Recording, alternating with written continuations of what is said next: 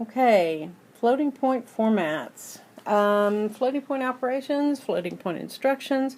This is not exactly our last topic, but rather our next to last topic for the semester. Remember, we're also going to jump back to recursion and have a little fun with that, kind of pull some of all of the stuff that we've been learning together. Before we get into the instructions, a little bit on the architecture and the organization, let's quickly go back to something we talked about back in Chapter 1, and that was floating point formats. The one we were looking back in Chapter 1 was single precision floating point format. Remember, the IEEE single precision floating point format had a total of 32 bits, where 8 of those bits were for the exponent, the other 23 were for the mantissa.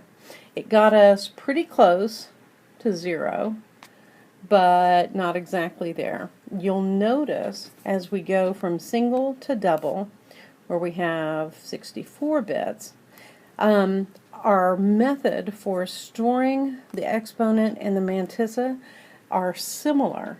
The process itself scales up. The difference is, remember, for 32-bit, this was stored in excess 127, and what it will be for 11 bits is going to be excess 1023.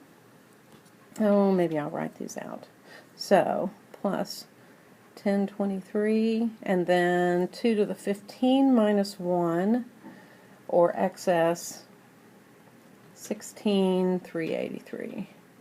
So, for storing the exponent in any of these, the process is the same. I just scale up. Okay? Same thing with the mantissa. The mantissa is going to be hidden bit notation. It will still be hidden bit notation. I'll just have more bits or more capacity to store the mantissa than I had with just single precision. Remember that these are for normalized numbers. That is critical. We'll go back through an example in single precision just so we can refresh this. Okay?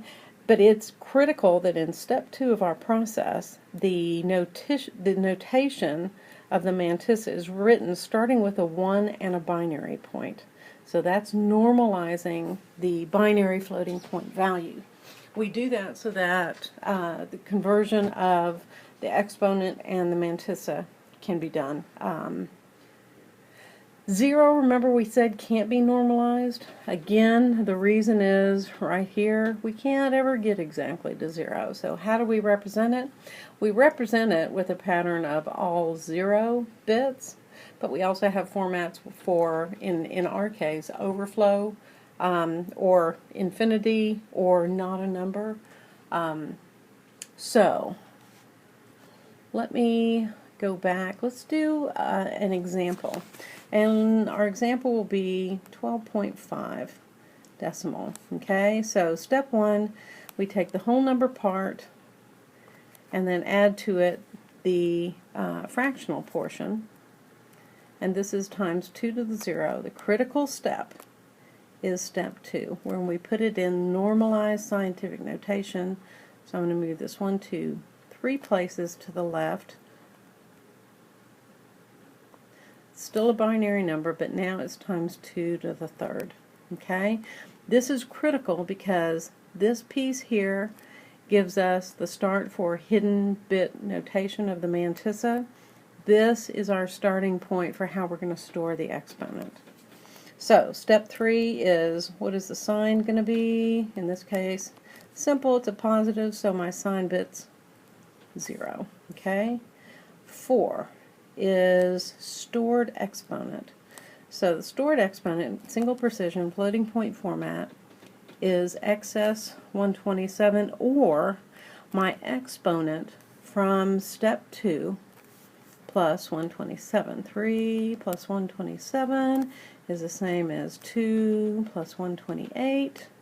Wow. And that is this in binary. So that is our stored exponent. Finally, our hidden bit mantissa is hidden bit because this one I'm not going to represent. I'm just going to take whatever is to the right of the binary point, which I've kind of obliterated there. Whatever's to the right, and that becomes the beginning of my 23 bits.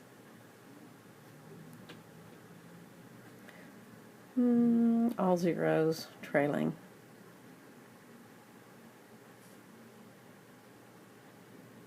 And I put it all together, and I start with the sign, then I add the exponent, and then I tag on the mantissa.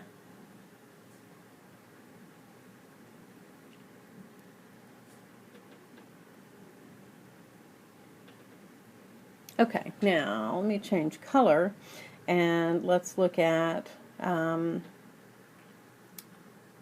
oh, lime green is good. We'll figure out how we're going to break this up, because I always want to show my final answer in hex. It's a little easier on the eyes. So let's go back to our value and break it up, starting on the right, break it up into 4-bit collections. Okay? From that, I see that my final answer in hex is going to be 4148, and then zeros. Okay, so that's how we did it. The process for going to either double or extended double is the same. The only difference is how many bits for the stored exponent and for the hidden bit mantissa. Okay? All right. Let's do a little bit of talking about the architecture. Because with the floating point unit, we have a separate unit, the FPU, separate from the CPU. It's almost independent of the rest of the chip. It has its own registers, its own instruction set. It has, instead of general purpose registers, you're going to love this, instead of 4 general purpose registers, it has a collection of 8 80-bit registers organized as a stack. So let me show you what this looks like. And think about it as a stack where I push things on the stack. As I push things on my register stack, the previous values get pushed down 1. So as a stack, looks like this, where I've got stack top. We usually notate that just ST, stack top 1, ST1, ST2, and so on until we get to the last, which would be ST7. Okay? So that's the register at the bottom of my floating point register stack. So I also have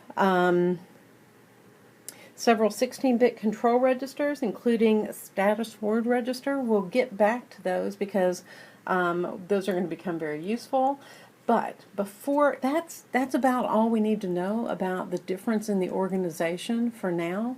What I want to do is preface our introduction to the instructions by telling you a few things about looking at or about the floating point instructions. Number 1, each floating point mnemonic starts with the letter F. Okay, so F something is going to be my instruction. Most floating point instructions act on the stack top or on stack top and one other operand, either on one of the registers or in memory. Okay, and here's a critical one. No floating point instruction can transfer data between an x86 general register and a floating point register. Transfers have to be made using memory for an intermediate storage. I say that, but there is an instruction that will transfer the status word to AX. That is one of the few exceptions to this rule. Okay, so those three rules, they begin with F. The operands are usually going to be stack top or one of the other stack registers or a place in memory. And there's no transfer of data between the floating point and general registers. Okay, so wow, I guess I should have written that down here. Oh well. All right, let's look at the first set of instructions. Load. So as you might imagine, these are fairly easy to guess in terms of what they're going to do. Float load loads the stack top with the floating point value stored in memory. So this is going to take memory, push it to the stack top. Everything else gets pushed down. Anything else that's on the stack register. Okay? In class, we'll do some examples of these so you can see how this works. FI load, float integer load, is going to take an integer value stored in memory, promote it to a floating point, and push it on the stack. So again, memory, in this case, integer value promoted and pushed on the stack top, and again, all else is going to be pushed down accordingly. Okay, I can also push a copy of one of the other stack registers onto the stack top. So ST number, whatever number you indicate, is going to get pushed on the stack top, everything else pushed down. Okay, so that's kind of the beginning of our load instructions. I think what we'll do is a few more loads, and we'll wait and do the examples in class. All right, these are loads, but these are special purpose. There are going to be times when, believe it or not, you're going to need to load a 1. So this is going to push 1.0 to stack top. Okay, this, as you might suspect, is going to push 0 onto the stack top. This is going to push pi to the stack top. F init is not a float load instruction, but it is very important. It initializes the floating point processor, clearing the stack. Now I say it clears the stack. Again, not all IDEs adhere to that. A lot of them will store whatever previous information was there just in case we decide we want it again.